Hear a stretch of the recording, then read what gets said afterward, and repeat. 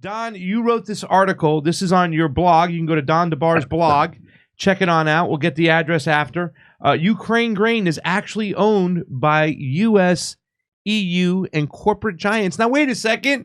I thought it was all about Ukraine owning their own stuff and selling their own products. Let's read this really quickly. Let's get a little insight, and then we'll get Don's opinion, because this is fascinating. When people talk about Ukrainian grain, they're actually talking about grain that is now owned by the U.S. and EU megacorporations, such as the Vanguard Group, Kopernik Global Investors, BNP Asset Management Holding, Goldman Sachs owned NH Investment Partners Holdings, and Norges Bank Investment Management, which manages Norway's sovereign wealth fund.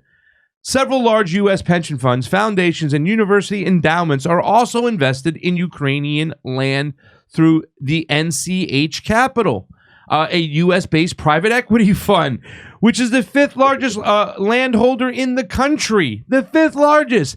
How is this takeover of agricultural land happening? Whereas at least 4.3 million hectares, or is that how did I say it right, or is it hectares or hectares, right? Are as of March of last year already controlled by the businesses in Ukraine. A law passed in March 2020 lifted the country's 19-year moratorium on sales of agricultural land, allowing such transactions since July 2021. Don, I'm going to let you just jump right into this, because there's a lot of people out there that don't know that fact that Blackrock and Vanguard have their stinking fingers even in Ukraine. They're buying up everything over here and not allowing us to buy houses. They're driving the markets up. They own almost everything. So give us a little insight to why you wrote this article and what's actually going on in Ukraine with their grain that is now our grain. There's a pair of contradictions that I noticed when I learned about this. I ran into a report that was talking about these U.S. and European corporations grabbing all of the land, farmable land in Ukraine. And it was in the context of seeing all this nonsense on television and in the newspapers at times, and Washington Post, et cetera, that Russia, through either the war or by refusing to do the grain deal, quote unquote, or whatever, is starving the people of Africa and Asia and Latin America, because this grain would be in their hands cheap right now if that were the case. So I knew already as they rolled that out that, in fact, 90+% of the grain was going to Europe and undercutting European grain in Poland and other places where the farmers have been and are protesting about this grain coming in from Ukraine, and seeing African presidents and prime ministers describing while they're meeting with Putin and Xi Jinping and each other, saying, we're not getting any of this grain. So I get this report in my lap that says this land is being acquired by all of these people. And I know the history of it. The land used to be owned by the state, and it was the result of the Soviet Union condemning and taking control of the farmland on behalf of the state and collectivizing it. So instead of having like 1,000 little farms and each one tending to their own little plot, they could do industrial scale agriculture and feed everybody, because they were having a problem with that. Mm-hmm. And this instance was used in Western propaganda. They called it forced collectivization. They claimed it produced a famine that killed millions because, of course, socialist economics don't work. And also that they liquidated the private owners, because Stalin had said something about liquidating the kulaks, which is the name of this class in Russian and Ukrainian, which is the same thing, really.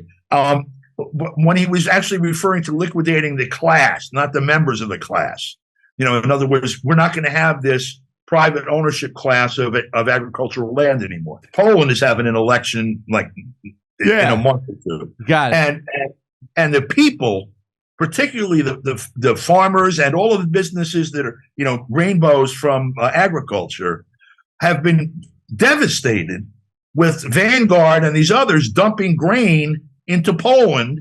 They're basically trying to drive them all out of business so they can move their empire from the east towards the center of Europe.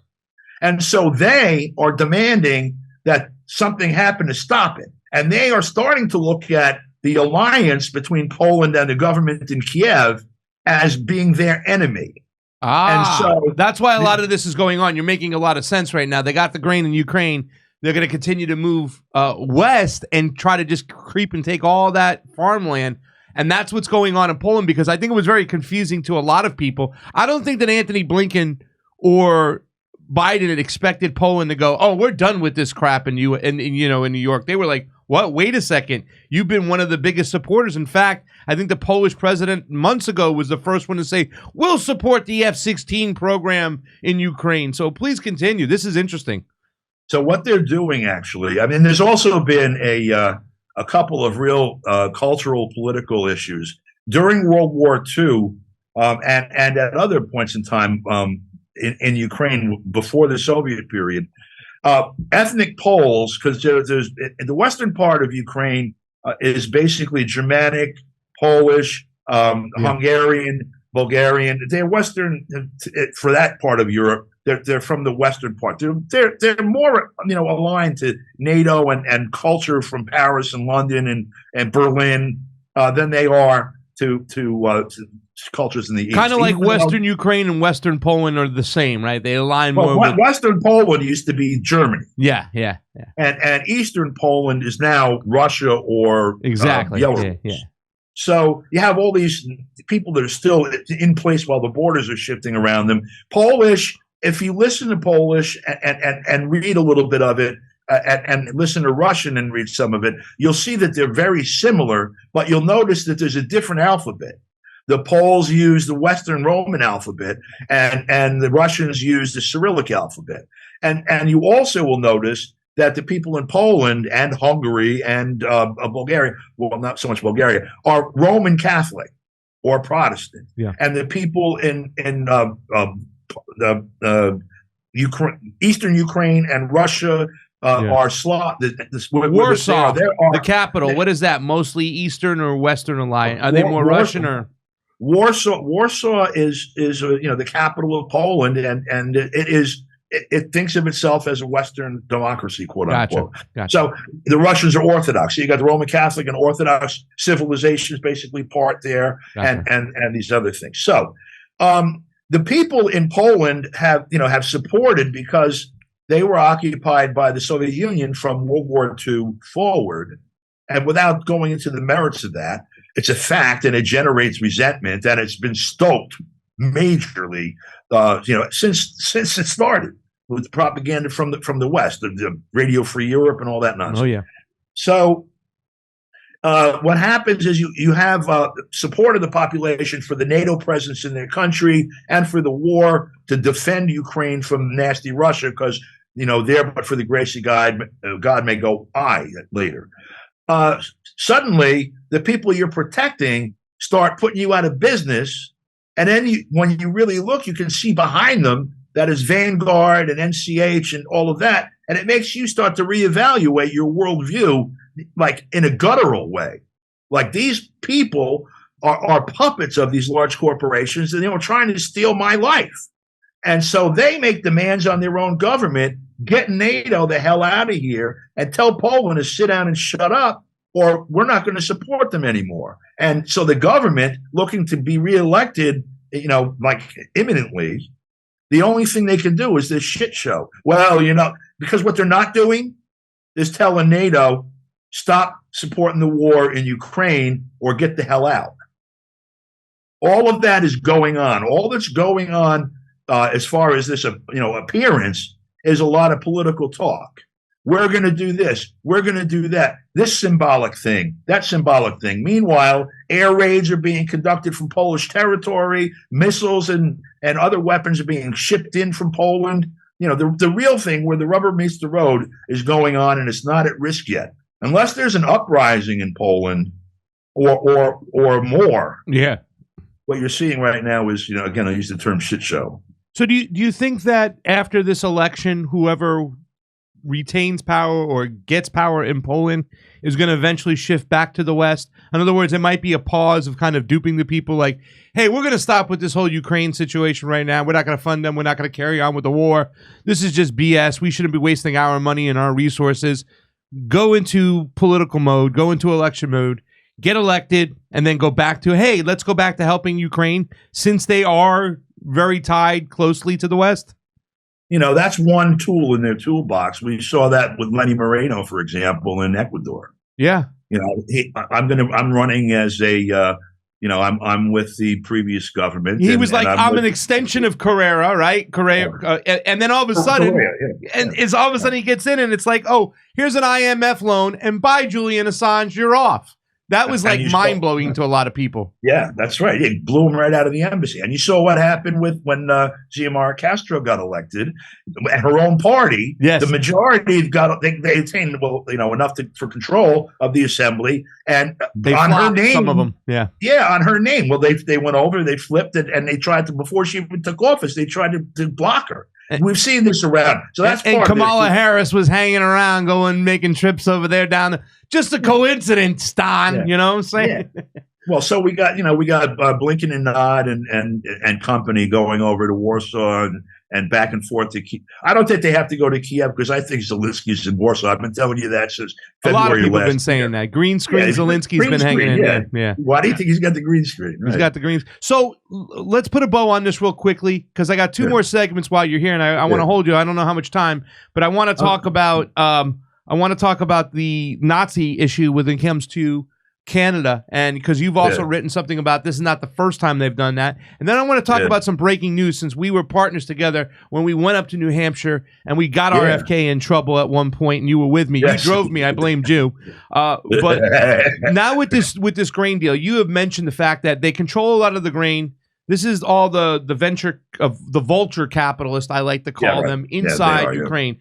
And they had to change their constitution of sorts, or their laws, so that they can go in there and grab this. But you think this is now a move of a continuing move to move further west, grabbing up as much agriculture in Europe as possible by the Blackrock and Vanguards of the world? Yeah, there's a lot of middle-class farming and indigenous Polish ownership of farming in Poland. That it went from being socialist to being capitalist from like 1986, 87. It became, formally 89, but they had already been having Gorbachev type changes, perestroika, whatever, encouraging private business and whatnot. So you're going from that condition to basically going back to being a serf with a corporation, and instead of a lord or whatever. The thing the other contradiction of this here that's interesting, and I'll make it very quick, in Ukraine itself, you have a serious contradiction in that the people who have been and are in the process of being dispossessed, the farms there, are in the west part of the country. Okay, this is the part that produced the coup in the first place, and that has been stirred up into ethnic hatred of Russians to support this U.S. war there. Mm-hmm. It's now eating them. Yeah. It's now eating the remaining middle class of them directly with Vanguard and such. There was a massive outset of protests in 2019 and 20 when they passed this law, and yet the government did it anyway, and now they've implemented it kind of in spades. And so you're looking at this government alienating its own base of support over the greed of Vanguard and these others. Crazy. Last quick question. We're going to go to a quick card, come right back. Do you think that, in fact, Andrew, I'm so sorry, you got me on 1 second. Do you think, Don, that they're going to replace Zelensky sometime soon? It seems like he's not being able to get it done for the West. I mean, they're going to. I have a feeling, especially when you see a lot of the Biden cabinet, the people who work in his cabinet, that they want this war to go on through the election. They want Biden to be a wartime president, especially people like Kirby, right, and Sullivan. You feel like they want it to go on, but I don't know if they're going to continue to go with Zelensky anymore. He wasn't even able to talk at the Congress this time, and there's been a lot of backlash against him. Do you think they're going to replace him soon? Maybe bring back Poroshenko or find somebody else? Well, they have plenty of people. There's a whole list of them, and some of them were discussed in that phone call back in 2014 by our friend Vicky the Beast. Yeah. So if you have to look at, first of all, he's an actor. Okay, he's not directing anything. Okay, Yeah. he has a green T-shirt on and combat boots and whatever the hell else, and they try to pose him in heroic poses and whatnot. But he's just an actor. That's what the script says. Yeah. There's a teleplay going on. It's like a TV series, and they take the pulse of the audience, like Nielsen ratings. How do you like the main character? Well, I really liked him, but now he kind of sucks, and I don't want to watch his show anymore. They introduce a new character. Yeah. And if they do it, it's going to be for that reason. They're reading the tea leaves. They're seeing if the narrative that they have to have be bought by the right places and the right numbers in order to do their real business. If they see that that's threatened and that he's part of the cause, they'll reconfigure the telecomedy or whatever the hell we're watching, tragedy. Yeah. And he'll be out on a job. He thinks he's going to have a retirement plan. He's got real estate in Florida and, wherever the hell else he's got. But, Saddam Hussein thought that too. Yeah. Yeah, it's funny. I thought they were going to bring back Poroshenko, but I'm thinking maybe Klitschko, right? He's an ex-boxer. I think Klitschko, yeah. Klitschko would be a good choice for them, right? I think maybe we'll see Klitschko, the American, he boxed in America for many years. That might be a good face for them. Rocky. Yeah, President right? Rocky. Yeah, Klitschko. I don't know if it's Vitaly Klitschko or his brother. I get them mixed up. But one of the Klitschko brothers, they can bring him in here. Hey, come see us on tour. We're going to be in Tampa, Boca Raton, Orlando, Dallas, Houston, San Diego, Bloomington, Illinois, Indianapolis, and Levittown, New York. Wow, that's a lot of dates. See you there.